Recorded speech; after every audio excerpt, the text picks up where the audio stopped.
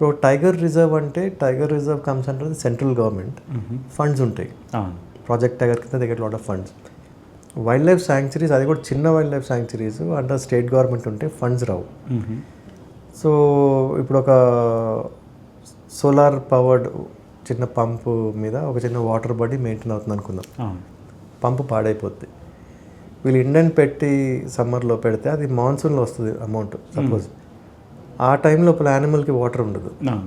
So ఆ particular water body suppose అది tiger dependent water body అంటే దాని టెరిటరీ డిస్టర్బ్ అవుతుంది. ప్రే బేస్ అంటే మన జింకలు తాగే బాడీ అంటే వాటి ఏరియా డిస్టర్బ్ అవుతుంది. చాలా క్రిటికల్ అనమాట. So because of spending time in the jungle ఆ లెవెల్లో ఎక్కువ టైం స్పెండ్ చేసినప్పుడు ఈ కొంచెం ఈ అండర్స్టాండింగ్ ఉందని అక్కడ ఐ వుడ్ స్టెప్ ఇన్. సరే నేను సోలార్ పంప్ తీసుకొచ్చి పెడతాను, I will try and do something.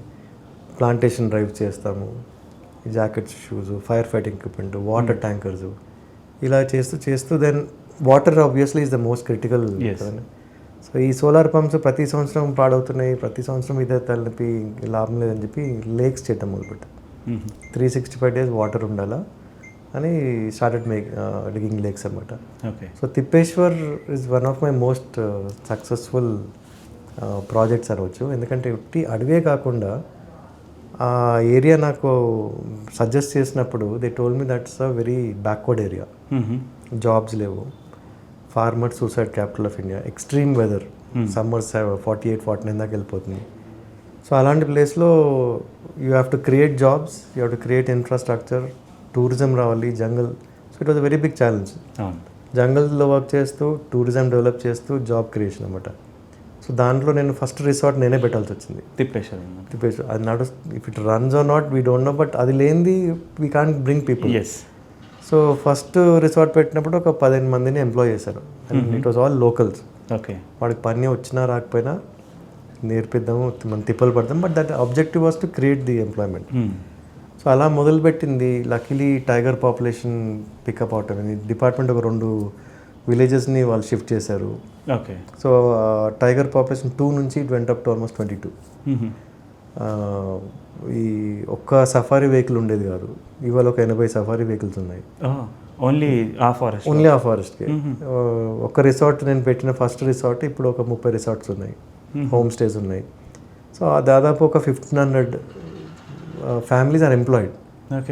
So that was a roaring success అని నాకు I always feel that way.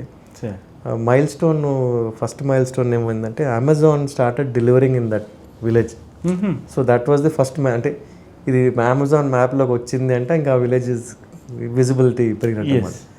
So that was 23లో ఇంకా exited, full time work exit అయ్యి because set అయిపోయింది అంతా. ఇప్పుడు ఇంకో జంగల్ అడాప్ట్ చేశాము. So same story but bigger jungle. Second jungle is going on. So ఇప్పుడు ఓన్లీ వాటా foundation is not only like plantation సైడే కాకుండా you are also working under employment creation లాగా చేస్తున్నారు, and also development of village కూడా work చేస్తున్నట్టున్నారు. Foundation జంగల్లో concentrate చేసి యాజ్ అన్ ఆంటర్ప్రెన్యూర్ నేను I bring in this. So you are helping both the ways. ఇక్కడ నాలో ఉన్న ఇప్పుడు ఫోటోగ్రాఫర్, వైల్డ్ లైఫ్ ఫోటోగ్రఫీ చేసే రోజుల నుంచి నాకు నెట్వర్క్ ఒకటి ఉంది వైల్డ్ లైఫర్స్ది. They all know what I do foundation. So కొంచెం ఆ రెస్పెక్ట్ ఉంది. ఇప్పుడు నేను ఒక ప్లేస్ పెట్టి రండి అంటే పీపుల్ స్టార్ట్ కమింగ్. సో అలా టూరిజం తీసుకురావటము, all these areas are where I can directly contribute. అన్నీ తీసుకొచ్చి ఒక దగ్గర పెట్టి that's how it is working. Sir ఇప్పుడు ఇంకొక డౌట్ వచ్చింది సార్. ఇప్పుడు మీరు రెగ్యులర్గా ట్రాన్స్ప్లాంటేషన్ చేస్తుంటారు.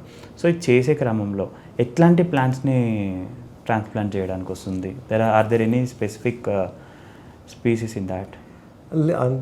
స్పెసిఫిక్ అంటూ ఏం లేదు, but we avoid certain species అంతే. అదర్వైజ్ ఏ చెట్టు అన్నా, ఏ ఏజ్ అన్నా, ఏ లొకేషన్ అన్నా వీ ట్రాన్స్లోకేట్.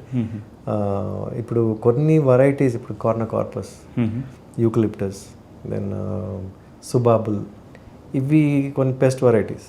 సో వాటిని కాకుండా నేటివ్ ట్రీ ఏదన్నా పర్లేదు, ఏ ఏజ్ అయినా పర్లేదు, ఏ కండిషన్ అయినా పర్లేదు, వి ట్రాన్స్లోకేట్. ఇక్కడ బేసిక్ ఐడియా ఏంటంటే దాని already government is having permission to cut the tree. So tree is already lost. So మేము ఏంటంటే we intervening at that point అంటే ట్రీ, ఆ చెట్టుకి 2వ ఛాన్స్ ఇస్తున్నాం.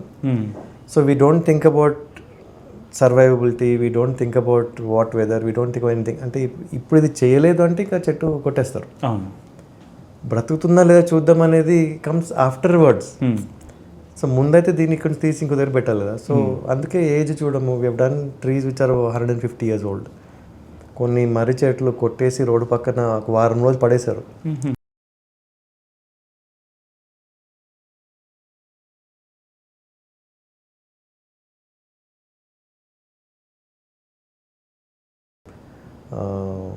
టూ డేస్ ఇచ్చారు. 2 రోజులు మీరు చేసే చెట్లు చేయండి, దాని తర్వాత మేము కట్ చేస్తున్నాం. అంటే అదేదో నా తాతల ఆస్తి నేను కాపాడుకున్నట్టు ఫీలింగ్ వచ్చింది. 2 daysలో చేసాం. ఓకే. సో అంతా వాలంటీర్స్ మళ్ళీ. It's all, we don't have any permanent members అట్లా ఎవరు లేరు. అది it's not organized or structured NGO కాదు. అవసరం వచ్చినప్పుడు ఐ గెట్ వాలంటీర్స్. నా ఫాలోవర్స్ ఉన్నారు. అవసరం వచ్చినప్పుడు ట్రీస్ అడాప్ట్ చేసుకునే వాళ్ళు ఉన్నారు తెలిసిన. ఓకే. ఇప్పుడు నా సోషల్ మీడియాలో నాకు luckily I have that reach. So ఒక 1000 చెట్లు వాళ్ళు వచ్చినా కానీ I can find people will adopt 1000 trees. So ఇలాగా we manage and do it అనమాట. ఓకే. సో ఇప్పటిదాకా మీరు రెస్క్యూ చేసిన అనొచ్చా సార్, ఇది ట్రాన్స్ప్లాంటేషన్ కన్నా రెస్క్యూ చేసినటువంటి ప్లాంట్స్ని చూస్తే ది హయ్యెస్ట్ ఏజ్ ఉన్న ప్లాంట్ ఎక్కడ ఉంది సార్ మీరు చేసింది? All but most of the highest age బ్రాకెట్లో most of them banyan trees అండి. 100 సంవత్సరాల పైన. ఓకే. బట్ వాటిలో రకరకాల ఇప్పుడు ఈ ఒక 2 చెట్లు ఇలా కొట్టేసి పక్కన పడేశారు. కోవిడ్ టైంలో గోవాలో ఒక చెట్టు పడిపోయింది, అది బీచ్ దగ్గర. సో దానికి ఆ చెట్టు ఇంపార్టెన్స్ ఏంటంటే అక్కడ వచ్చే ఫారినర్స్ అంతా ఆ చెట్టు కింద they would have a yoga session, అలాంటి 500 మంది కూర్చునే వాళ్ళు దాని కింద. ఒకటే చెట్టు కింద.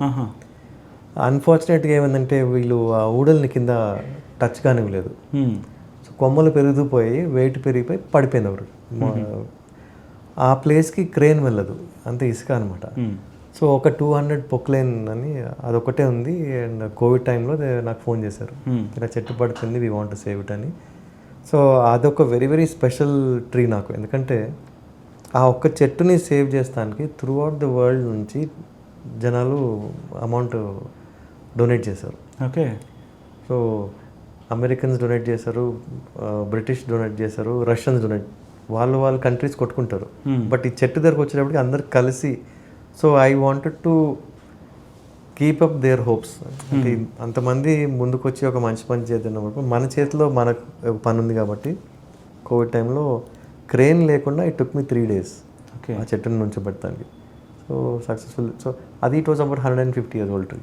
So most of the banyans 100 అంటే పెద్ద బ్యానియన్స్ 100 years పైన చెట్లే. సో ఇప్పుడు అది ఎట్లా తీసుకొచ్చారు సార్? అది ఇప్పుడు యూజువల్లీ వెహికల్స్ అనేవి వెళ్ళావు ఇప్పుడు బీచ్ సరౌండింగ్స్లో, దాన్ని బయటికి ఎట్లా తీసుకొని వచ్చారు? అది అక్కడే నుంచి పెట్టాల్సి వచ్చింది. అక్కడే అదే that was it's very difficult. అనేది క్రేన్ లేదు, క్రేన్ లేదు కాబట్టి. సో లక్కీగా +2 నేను MPC చేశాను. కొంచెం ఫిజిక్స్ మా టీచర్ నేర్పించింది కొంచెం గుర్తుందన్నమాట.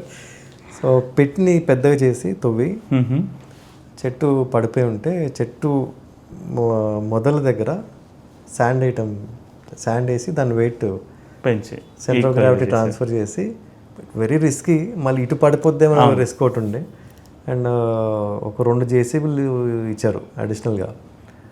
వాటికి బెల్ట్ అయి కట్టి పెట్టాము. ఆ బెల్ట్స్ కూడా మొత్తం తెగిపోయాయి చెట్లు వేసినప్పుడు. బట్ లక్కీలీ ప్రికాషన్స్ తీసుకున్నాము. It was not easy. అది నుంచొని పడలేదు మళ్ళీ.